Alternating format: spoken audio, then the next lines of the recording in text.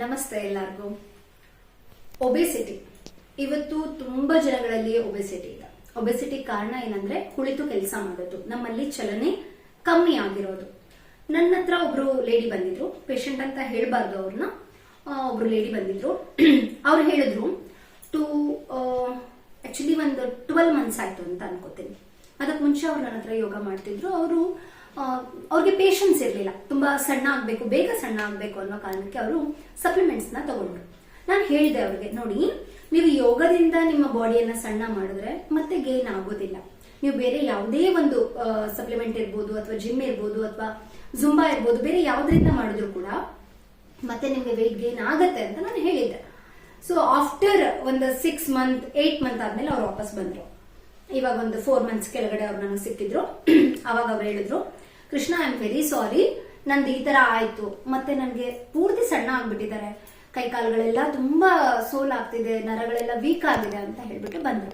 ಅವಾಗ ನಾನು ಹೇಳಿದೆ ಅವ್ರಿಗೆ, ಪಂಚಭೂತಗಳಿಂದ ಆಗಿರುವಂತಹ ದೇಹ, ವಾತಪಿತ್ತ ಕಫಗಳನ್ನ ನಾವು ಮೇಂಟೈನ್ ಮಾಡ್ದಿರಾ, ಅದನ್ನ ಬ್ಯಾಲೆನ್ಸ್ ಮಾಡ್ದಿರಾ, ಯಾವುದೋ ಒಂದು ಸಪ್ಲಿಮೆಂಟ್ ನ ತಗೊಂಡು ನಮ್ಮ ಯಾವುದೋ ಒಂದು ಆರ್ಗನ್ಗೆ ನಾವು ತ್ರಾಸ್ ಕೊಟ್ಟು ಪ್ರಾಬ್ಲಮ್ ಕೊಟ್ಟು ನಾವು ಸಣ್ಣ ಆದ್ರೆ ತುಂಬಾ ಪ್ರಾಬ್ಲಮ್ ಆಗತ್ತೆ, ಮತ್ತೆ ವೆಯ್ಟ್ ಗೇನ್ ಆಗತ್ತೆ, ಅಥವಾ ಬೇರೆ ಸೈಡ್ ಎಫೆಕ್ಟ್ ಗಳದ್ರಿಂದ ಆಗತ್ತೆ ಅಂತ ನಾನು ಮೊದಲೇ ಹೇಳಿದ್ದೆ ಅವ್ರಿಗೆ.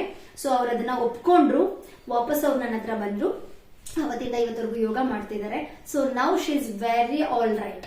ಅವ್ರ ಹೆಸರು ಬೇಡ, ಅವ್ರೆಲ್ಲರಿಗೂ ಗೊತ್ತಿರೋ ಅಂತವ್ರು, ತುಂಬಾ ಚೆನ್ನಾಗಿ ಅವರ ಆರೋಗ್ಯವನ್ನ ಕಾಪಾಡ್ಕೋಬೇಕು ಅನ್ನೋ ಒಂದು ಉದ್ದೇಶದಿಂದ ಅವರು ಸಪ್ಲಿಮೆಂಟರಿನ ತಗೊಂಡು ಅದರಿಂದ ಸೈಡ್ ಎಫೆಕ್ಟ್ ಮಾಡ್ಕೊಂಡು, ಸಪ್ಲಿಮೆಂಟರಿ ಯಾವುದು ಅಂತ ಹೇಳಿದ್ರೆ ಅದು ನೇಮ್ ಎಲ್ಲರಿಗೂ ಗೊತ್ತಿದೆ. ಆಕ್ಚುಲಿ ಅದು ತುಂಬಾ ದೊಡ್ಡ ಸ್ಕ್ಯಾಮ್ ಆಯ್ತು.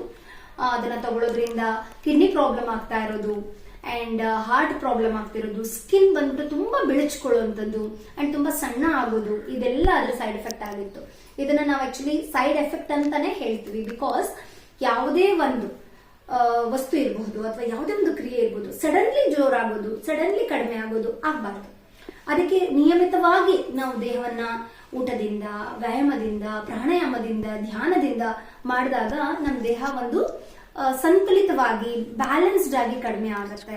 ಅವಾಗ ನಮ್ಗೆ ಆರೋಗ್ಯದ ಸಮಸ್ಯೆಗಳು ಬರೋದಿಲ್ಲ, ಆರೋಗ್ಯ ವೃದ್ಧಿ ಆಗತ್ತೆ, ನಮ್ಮ ಒಬೆಸಿಟಿ ಕಡಿಮೆ ಆಗತ್ತೆ. ಸೊ ಈ ಮಾಹಿತಿಯನ್ನ ಹೇಳ್ತಾ ನನ್ನ 2 ಮಾತುಗಳನ್ನ ನಾನು ಮುಗಿಸ್ತಾ ಇದ್ದೀನಿ. ನಮಸ್ತೆ.